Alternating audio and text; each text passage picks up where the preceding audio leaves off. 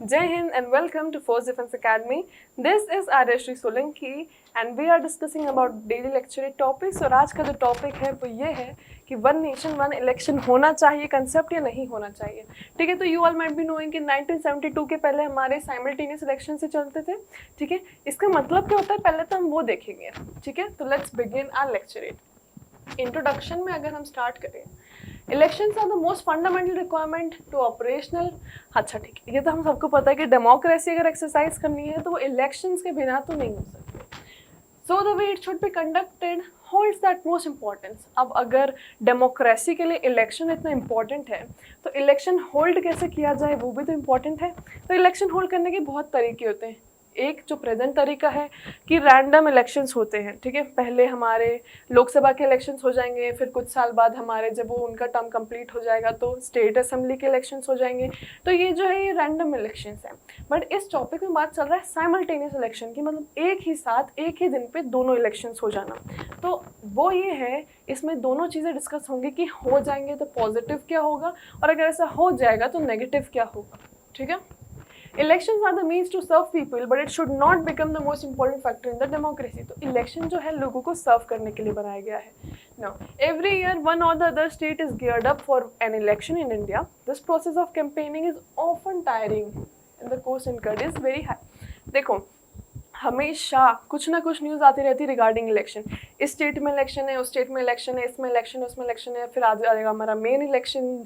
ठीक है, पूरा जो लोकसभा वाला होता है। तो हर स्टेट, पूरा नेशन कभी ना कभी किसी ना किसी इलेक्शन में ऑक्यूपाइड रहता ही है।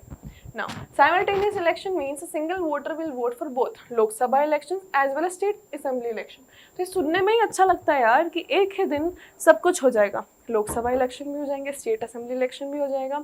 तो लोगों को भी ऐसे बार बार नहीं परेशान होना पड़ेगा, इलेक्शन कमीशन के लिए भी अच्छा हो जाएगा। ठीक है, जितने सारे पॉलिटिशियंस जो इतना अरेंज करते हैं उसके लिए भी अच्छा हो जाएगा।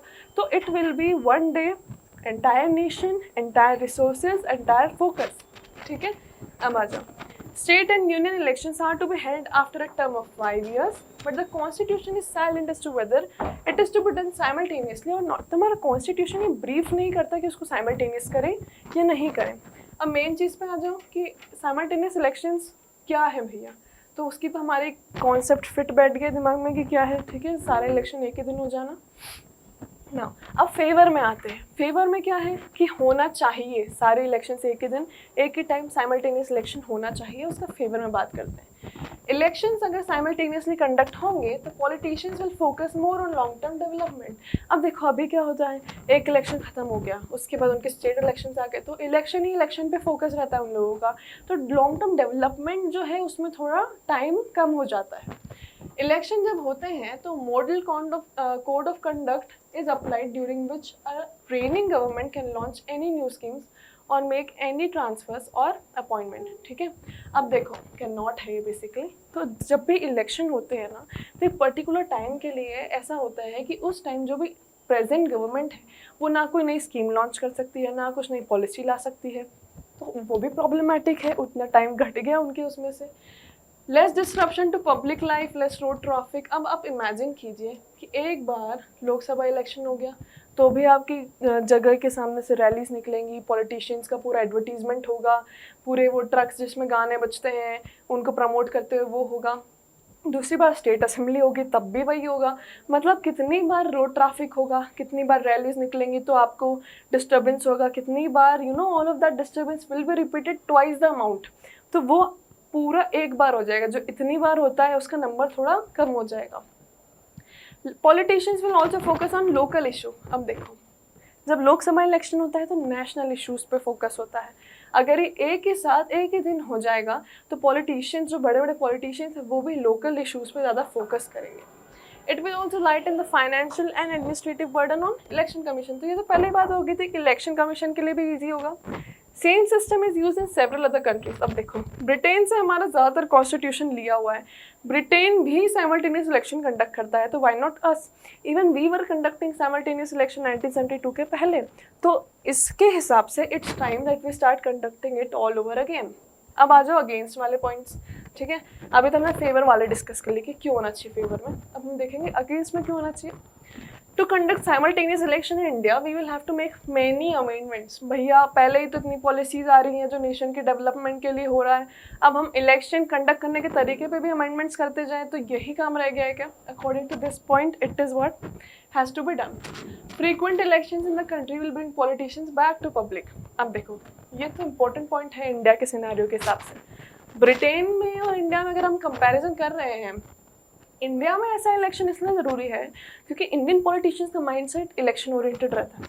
जब भी इलेक्शन आता है तब वो लोग रोड पे आ जाते हैं लोगों की मदद करने, लोगों के घर में खाना खाने, लोगों को छोटा मोटा गिफ्ट देने in order so that they can vote in the election in their favour. अगर अब एक ही दिन सारे इलेक्शंस हो गए तो ये जो पॉलिटिशियंस इलेक्शन के नाम पे बीच बीच में एक्टिव हो जाते हैं वो उनकी एक्टिविटी भी कम हो जाएगी। ठीक है, तो this is a backlash. Now majority of voters of our country are unaware about the mechanisms of the polity. अब देखो बहुत सारे ऐसे लोग हैं जिनको पॉलिटी का इतना ज़्यादा नॉलेज नहीं है, तो एकदम से इतना ड्रास्टिक चेंज आएगा ना तो उनको समझ में आने में बहुत टाइम लगेगा। What if any party loses power. अब देखो अगर प्रेजेंट में कोई सी भी पार्टी पावर लूज कर जाती है, कोई भी सीट किसी भी रीज़न के कारण वेकेंट हो जाती है, तो हमारे रैंडम इलेक्शंस के तहत जल्दी से जल्दी इलेक्शन हो जाता है। ठीक है, क्योंकि हर कभी ऐसे इलेक्शंस एक दूसरे के बाद आते जाते हैं। बट अगर साइमल्टेनियस इलेक्शन होगा तो बहुत टाइम के लिए वेट करना पड़ेगा और उसके लिए भी पूरा एक अलग प्रोसीजर बनाना पड़ेगा कि कैसे क्या सब ऑर्गेनाइज होगा। तो एक बहुत बड़ा बर्डन है ना, अगर हम पूरा इलेक्शन पैटर्न चेंज कर देंगे तो। So this is what this point has to explain.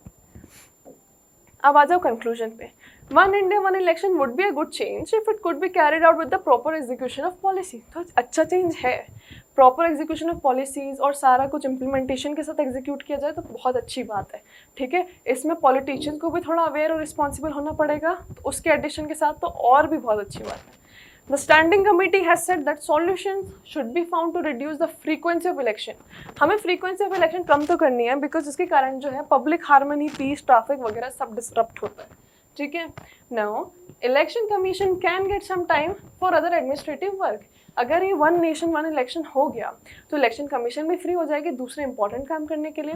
ठीक है, तो conclusion as you all can see इस उसमें जा रहा है कि वन नेशन वन इलेक्शन होना चाहिए और मेरे हिसाब से जल्दी हो भी जाएगा क्योंकि पहले यही प्रैक्टिस होता था इंडिया में।